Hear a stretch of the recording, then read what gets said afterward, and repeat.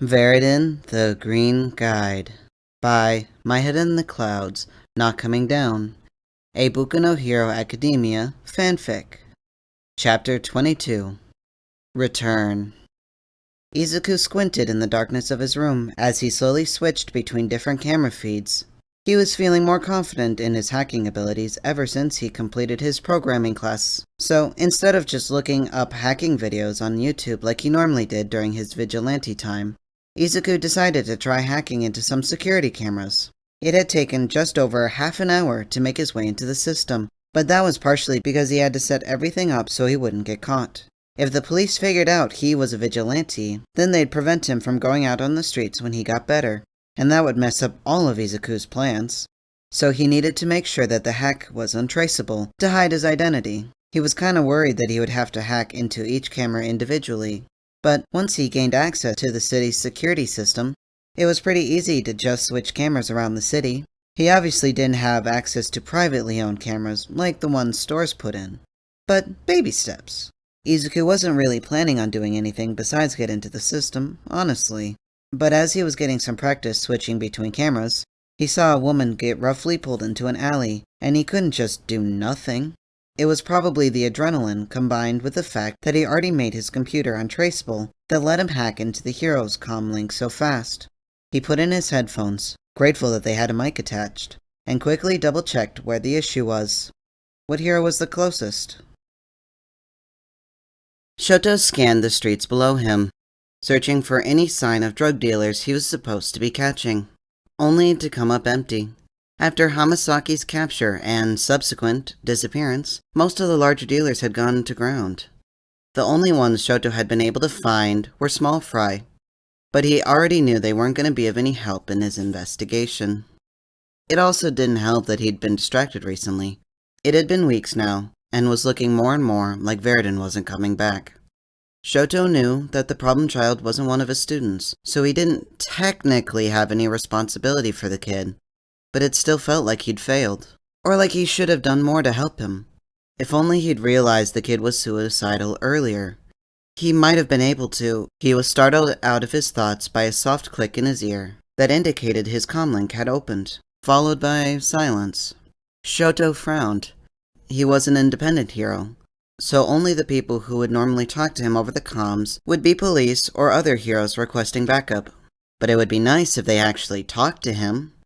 He could hear someone breathing on the other end, so he knew it wasn't just his imagination. But who was it, and what did they need? Hello? Shoto couldn't help the annoyance that had found its way into his voice. I can hear you breathing. Stop wasting my time. There was silence for a long moment before a familiar young voice blurted out, Imagine I'm throwing a marble. Shoto felt himself melt from sheer relief. Viridian, is that you? He hadn't even realized how much tension he'd been holding until he heard the kid's voice. The kid was alive. He was alright, and he was alive. Izuku was trying not to panic. When he decided to hack into the hero comms, he hadn't thought of what he was gonna say.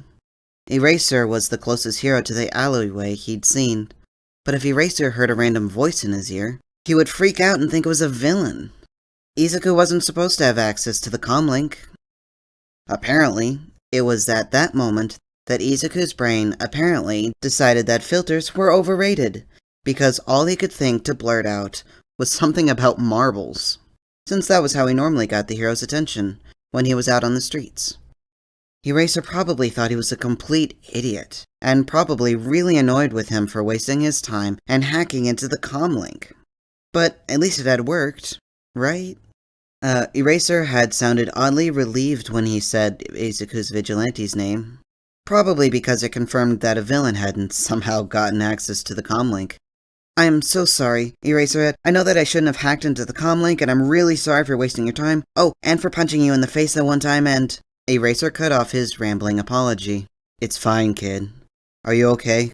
Izuku frowned in confusion. Yes? Why wouldn't I be? There was a beat of silence before Eraser spoke again. I thought that maybe... Izuku suddenly remembered why he hacked into the comlink in the first place. There's a shady guy that pulled a woman into an alleyway behind the boutique on Lake Street. Oh no, I'm sorry, Eraserhead. You were saying something and I interrupted you, and... Eraser just grunted in response, most likely already running into the alleyway. Did you catch sight of the guy's quirk? Izuku thought back to the footage and glanced at the camera in question again. No one had come out of the alleyway yet. No, I didn't get a look at him, and he doesn't have a mutant quirk, so it's a little difficult to tell without seeing it in action. I'm sorry. It's fine, kid. Where have you been? We've been worried about you. You just disappeared without telling anyone. Izuku didn't know how to feel about that. A part of him was amazed. People actually missed him? Him? A quirkless Doku that was of no use to anyone? These people, heroes who actually mattered, cared enough about him to miss him? It felt oddly nice, but was quickly overridden by an insane sense of guilt. Stupid Doku. He just made life so much harder for the heroes and distracted them from saving people. And yes, he decided to not go out as a vigilante so that his mom wouldn't be worried. But instead, he just caused so many problems for the heroes. And he really was an idiot. Why did he ever think he could be useful? He should have just jumped when Kachin told him to. But then Kachin would have gotten in trouble, and... Shoto cursed himself as the silence over the comlink stretched on. He had been so relieved that Viridian was alive that he hadn't even been thinking. That kid was suicidal, which meant he probably felt like a burden on those around him, which meant he probably felt guilty to make them worry, which wouldn't make him any less suicidal. Shoto jumped onto another rooftop as he ran towards the alleyway the kid had mentioned. Viridian was most likely freaking out on the other end of the line, beating himself up for something that might not even be his fault. How was Shoto supposed to fix this? Not that you really had to let anyone know. You are your own person, after all. Shoto grimaced at how awkward he sounded. Basically, we care about you, kid, and we missed you these last few weeks. But I'm glad you're okay. You are okay, aren't you? There was another moment of silence, then a sniff. You care? Shoto sighed in relief. Yeah, kid. But you didn't answer my question. Oh. Viridian's voice trailed off. It's kinda stupid. You should probably hurry. It's been a while since I went into that alleyway. I'm almost there. Shoto decided it'd probably be best not to press the kid for answers. It sounded like he barely managed to avoid giving the kid a panic attack. So, he didn't want to risk that again. Right now, he just needed to make sure that the kid could actually trust him. He finally reached the alleyway, and the villain went down surprisingly easy.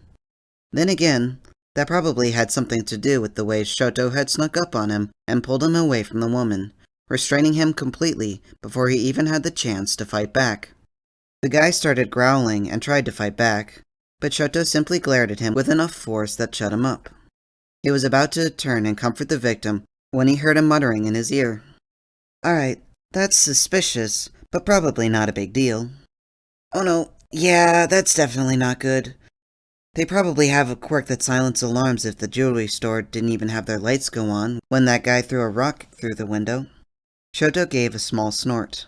The kid had forgotten to cut the comlink after Shoto took care of the situation. What are you muttering about, Viridian? Oh, Eraser, you're still here. I'm sorry, that was probably really annoying. It's just that there's a robbery, but I think Amplifier's closer. So I should call her. Bye.